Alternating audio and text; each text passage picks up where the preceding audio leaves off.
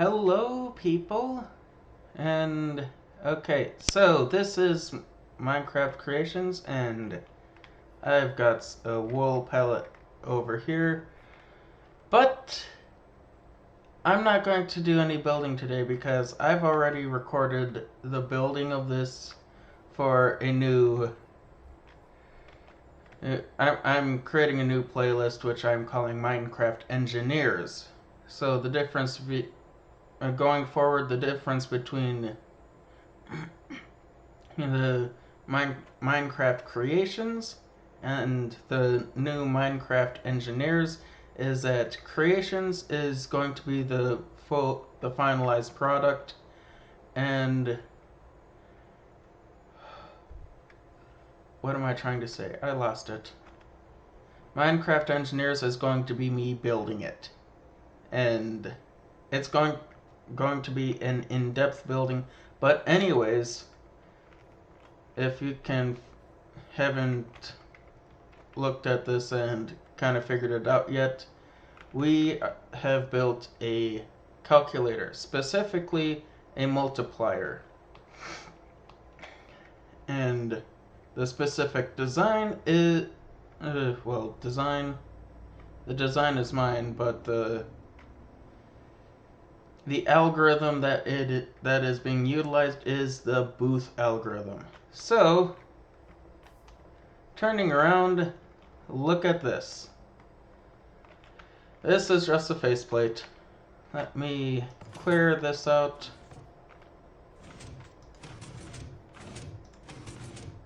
And reset all the inputs. I tried making a larger scale version of this, but I got lost halfway through it. And if I rise over the top of this, that's the old one. This is the new one. And as you can see with this old one, much larger and entirely in stone bricks. So that is... the stone bricks part is just very... how shall I say it? Something that should not be taken a break from, because you don't know what lines of redstone are doing anything. And also, that one was utilizing 2 stages of full adders. This one utilizes only 1. And let's go back to the block palette. And actually, for those of you who are not used to any resource packs, I should probably switch that back as well. Oh, getting 15,000 frames. Okay. And might as well turn off the shaders. Back to default looking Minecraft, and we are getting a smooth 600 to 800 frames a second. So, yellow wool I have as multiplier or input. Well, multiply input. Oh my goodness, that looks so different now. We have white to clear the input. Multiplicand A, multiplicand B, a shift register, input sign selector, adder, a looper mechanism, a 2-bit operation selector. Along with the adder, we have load adder to register, and along with the shift register, we have load register to adder. So let's take a look at the redstone. Okay, look at this insanity. So, as you can see here, we have the blue, which goes into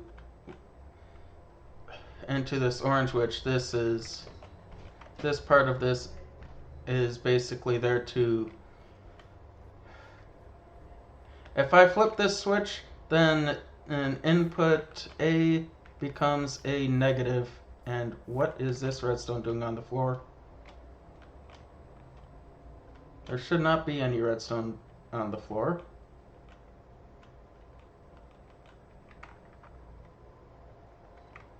haven't broken any redstone.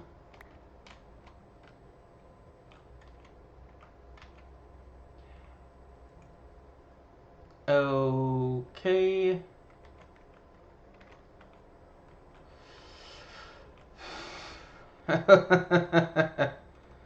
Okay, well that's an issue. Let me fix that. Oh, one moment. And lag spike when I start recording again. Okay, so as you can see here, we have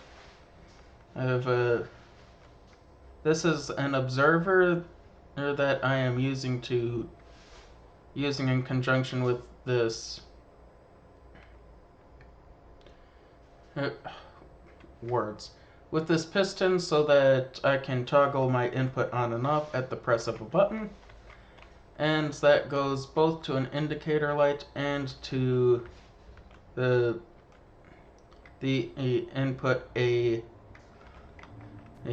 sign selector. And all this does is inverts all the inputs and adds 1 into the carry in, which is how negatives work in binary. Okay.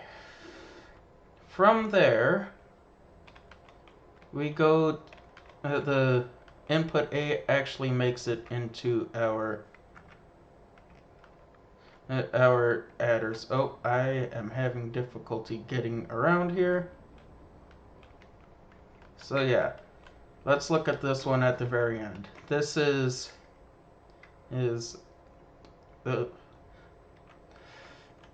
input 1 of our most significant bit adder, and then this one is coming down from the shift register. But basically this goes and adds in. How this works is when it comes time to add or subtract this value from the shift register, or to or from the shift register, it is brought down and it gets added in with these adders, and then that number is then returned back up to here. Over here, with the line of yellow, we of course have it. We again have these T flip-flops for the input, and then over here you can see it a lot more clearly just how that signal gets loaded up into the shift register. Okay. And so, okay. What we have going on here with this yellow line is, this yellow line, it basically enables these inputs to be loaded into the shift register, because for this input B, we only load it in once, which is right at the start. So when we get the signal to start multiplying, this gets turned on. And okay, so as I was saying, when we get the signal to start multiplying, this line gets powered, and it extends some pistons to which complete this circuit and brings the input B up here. And then after that, on this other side of where the yellow line splits off, we have another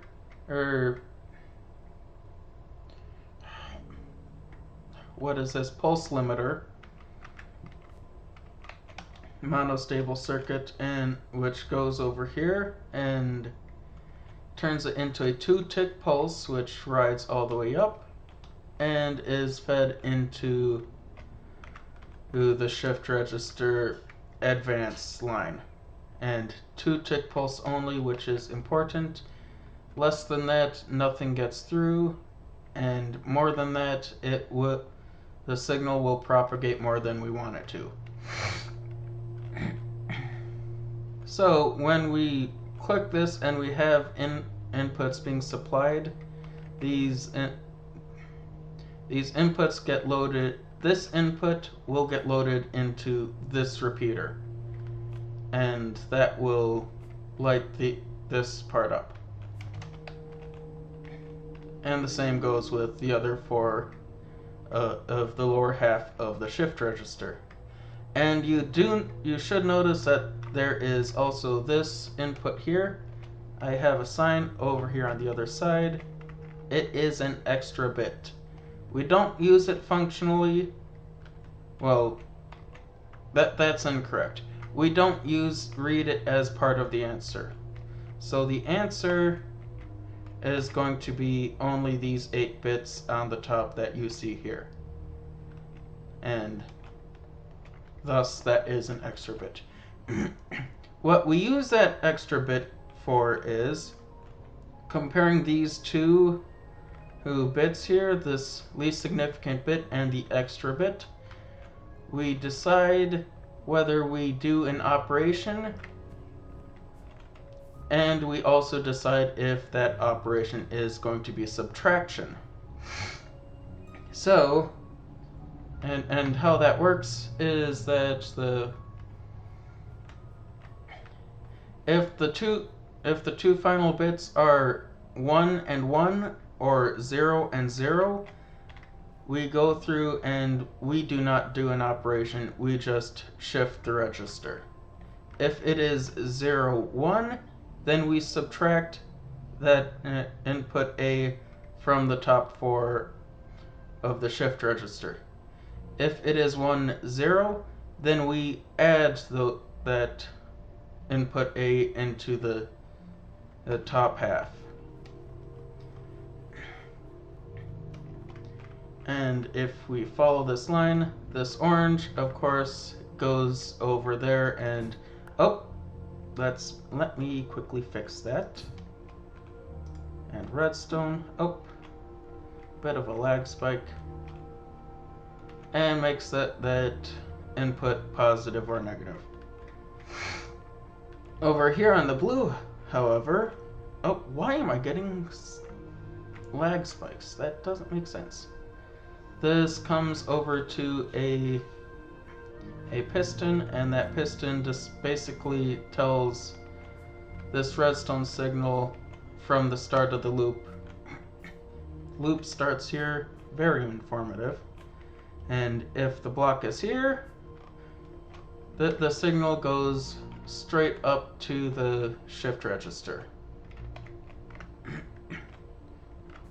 If the block is here, then it goes and instead goes along.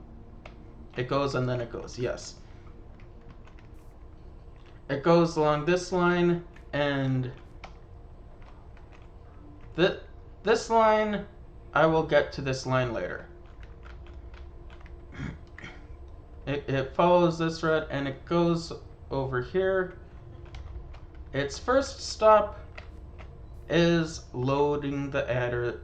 Load to adders reset.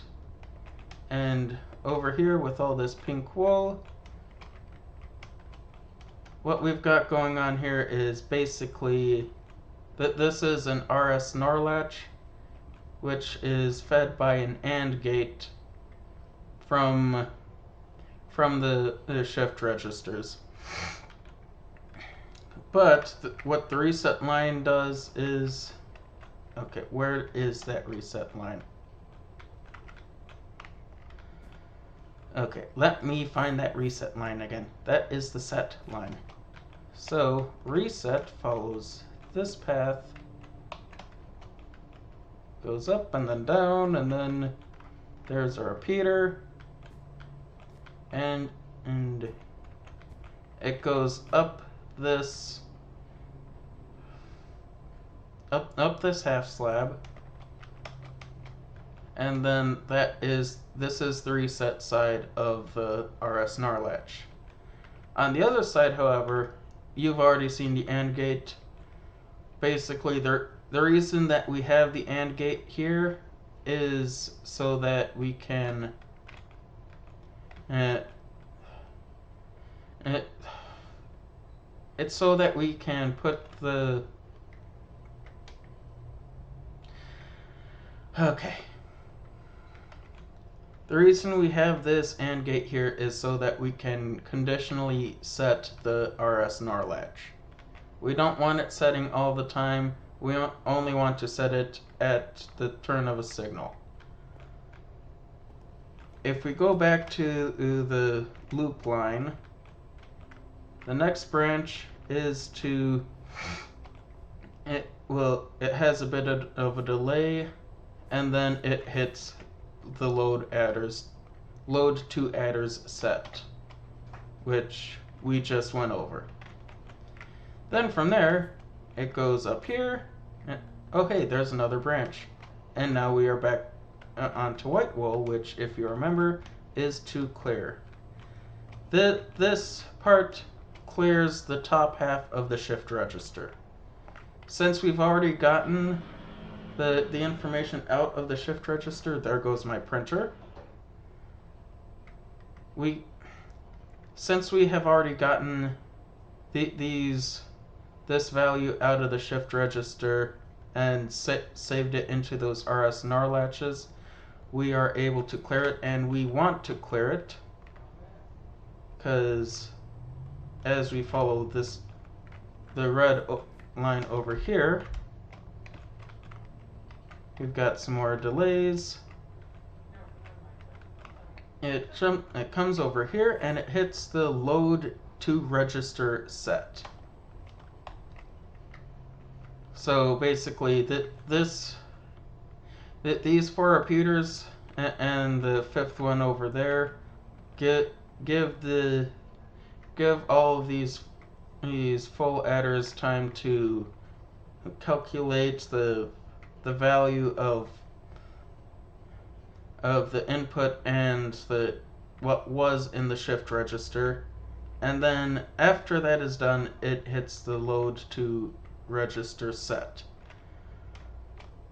which we've got another thing going with the RS NOR latches and the AND gate, so we can conditionally set it, and then that gets set into these RS NOR latches, which are then waiting to be loaded into the shift register,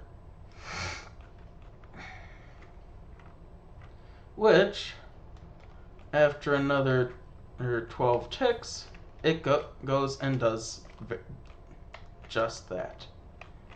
And we've got another block pulse limiter monostable circuit going over here into the shift register, and then that loads from those RS NOR latches into these top 4 bits.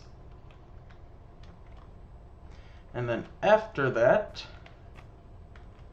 our redstone line goes down through this little tunnel, and 1, 2, 3, 4 more repeaters.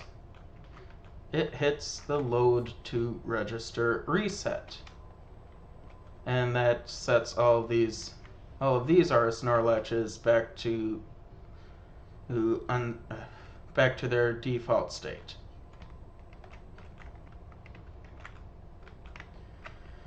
And then this line with a bit more delay goes back to the shift register to shift. Okay, now there's a bit of fancy stuff down at the end, and this line of magenta, I keep saying purple because it kind of looks purple, but it's supposedly magenta. This line goes down there for a reason, as does this line. This line is coming from the reset. But let's worry about that little bit later. So this magenta line comes over here, and it pushes this block if there is an operation. Both of these are just regular pistons, and so it sets, and then later upon the reset we push it back over here. Why we need this is because we need to pull from this bit of the adders. So say if we were to subtract in the Booth algorithm, if we were to subtract a number, this bit, which signifies if the number is negative or positive, will be turned on to signify that it is negative. When we shift, then we want then this bit has to stay on if the number is negative. So basically, if we have a negative 1011 here, we want to, when it shifts, we want it to be 11011. And likewise, if that bit is false, we want it to propagate with a false. So, but this part is because we have to do this only after we have done at least one operation. Because if you try to put a negative number into input A, that negative number will have this final bit being 1, and we don't want to propagate that down, otherwise we get hit issues.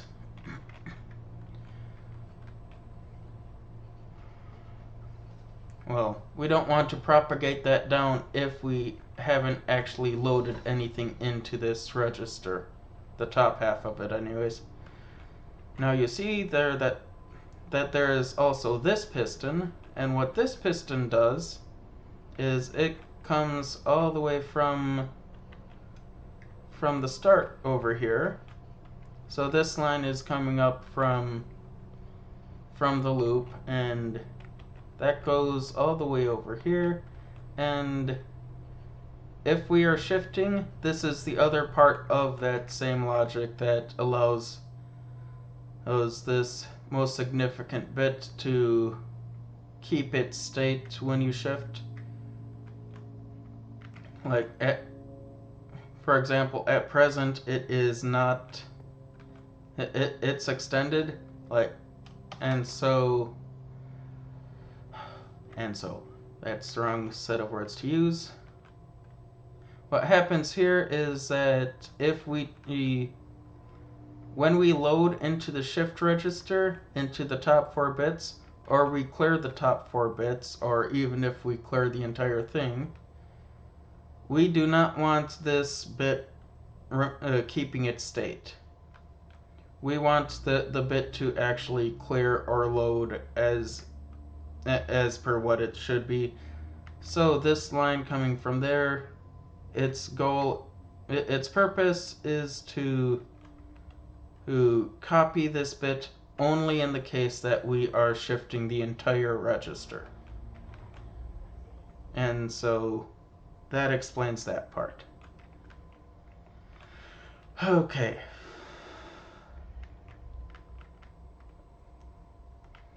Oh yeah. Returning over here, we see this over here. This is a falling edge detector. It goes down and then it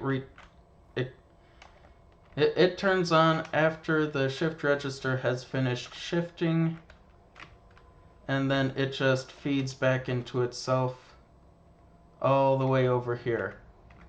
And what we have going on here is we have a dropper and a hopper with the redstone block and a piston, basic counter mechanism.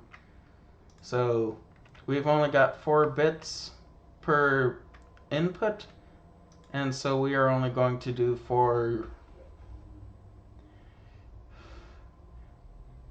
loops. Only 4 loops are what we are going to do, and so we basically do a check of, hey, when we get a pulse here, are we on the final loop? And we have an AND gate to do that. If there are items in this dropper still, this will be off, and this will turn off from the pulse, which will light up this torch and again begin the cycle anew.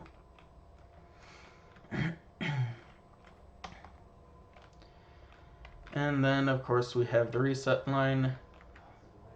This line resets that piston toggle over there, but it also goes through. Had to bring it over here and feed it back into the selector so that this repeater wouldn't end up getting stuck with being turned on. That was one of the bugs that I had to work out. But it also sneaks its way through here into the piston and removes the redstone block from the repeater. That is not a repeater. That is the dropper part of the counter. And so yeah, that is. Oh yeah, there is one other part of this clear button. We've got a bit of a slime snake going up here, and that feeds into the register advance and turns it on so everything can clear. So let's put in a number. That's a 1, that's a 2. Actually, let's try.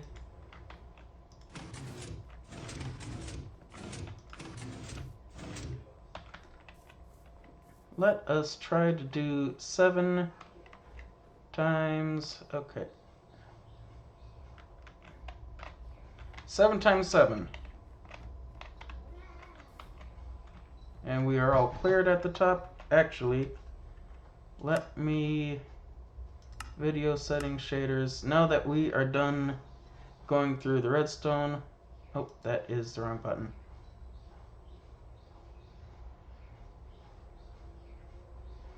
And that is done. Done. Resource packs. Let's get that. And now our card is starting to go at full blast. Done. Back to game.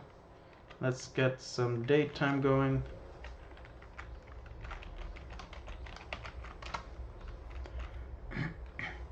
So we have 7 times 7. We click this button, and since we have just plain numbers here, we aren't going to add anything. Okay. And I say that, and we immediately get a problem.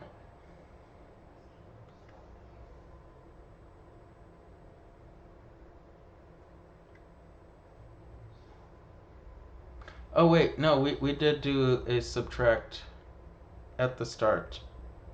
Of course we did. Okay, that has lit up and we are done. Although this number cannot possibly be correct, we've got 32 and 2, which would be 34. Oh wait, no, 32 and 4. Wait, no. I'm confusing myself. This would be 34, which is incorrect. Something's wrong. Something is wrong here. Okay, I have realized my folly. I had that extra length of yellow running over here, and I thought I needed to connect it, so I did. When in reality, that was precisely the thing that I should not have done. So, it loads it up, and in the process of it loading it up, it sends a signal down the shift register. This is the first time the shift register goes. It should not try to compute anything. And so it goes and loads up the bottom 4 bits of the register, and it returns down this line and starts the loop. That old yellow line was connected over here at the start of the loop, so it tried starting the loop twice and was messing things up. So let's do our 7 by 7 again. Oh, goodness gracious. As you can see, it is added. Well, that time it's subtracted. And the next time you can see those bits popping up, and you'll see this clear.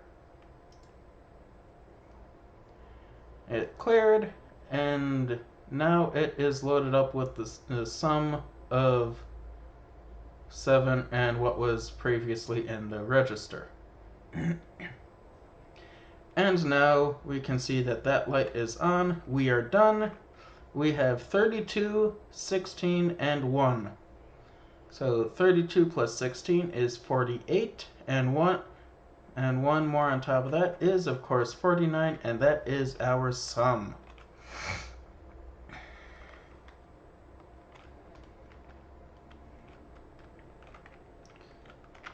What if we wanted to do... Let's create this turn this into a negative number. Let's see, what is this? 0, 0, 1, 1. So this is negative 3. 7 times negative 3. Wait, did we clear it? We did not clear it. An improvement is to go through and make that clear button in a part of the multiply. Well, multiply also clear it before it starts anything. So now, let's see this. We do a subtraction to start it off, and then we do an addition. And then the next one will be another subtraction. And then everything else is just going to be shifting.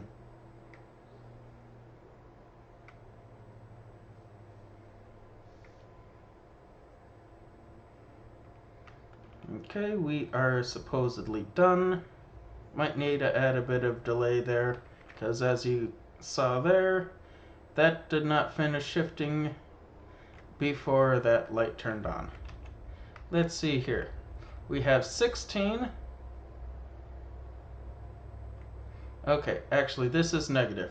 Right, that is the most significant bit is on, so we are negative, so we have 1, 0, 1, 0, 1. I believe I mentioned it already, but or it might have been in the recording for the Minecraft engineers, but to turn this positive, you inverse everything and add 1.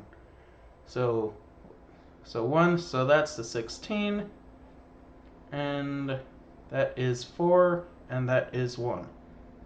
So that ends up being 21, and we are negative. So as you can see, we have a fully functioning Booth algorithm multiplier in Minecraft. All that remains is to make this larger scale and potentially build it into a calculator, or take these bits and attach them to a digital display so that we can see numbers in a human readable format. But anyways, Booth algorithm multiplier.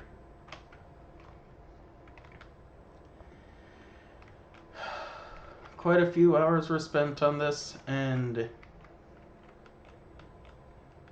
I am glad that it is done. This was an accomplishment for me. And I hope that you found the design enjoyable as well. Well, until next time, we'll see ya.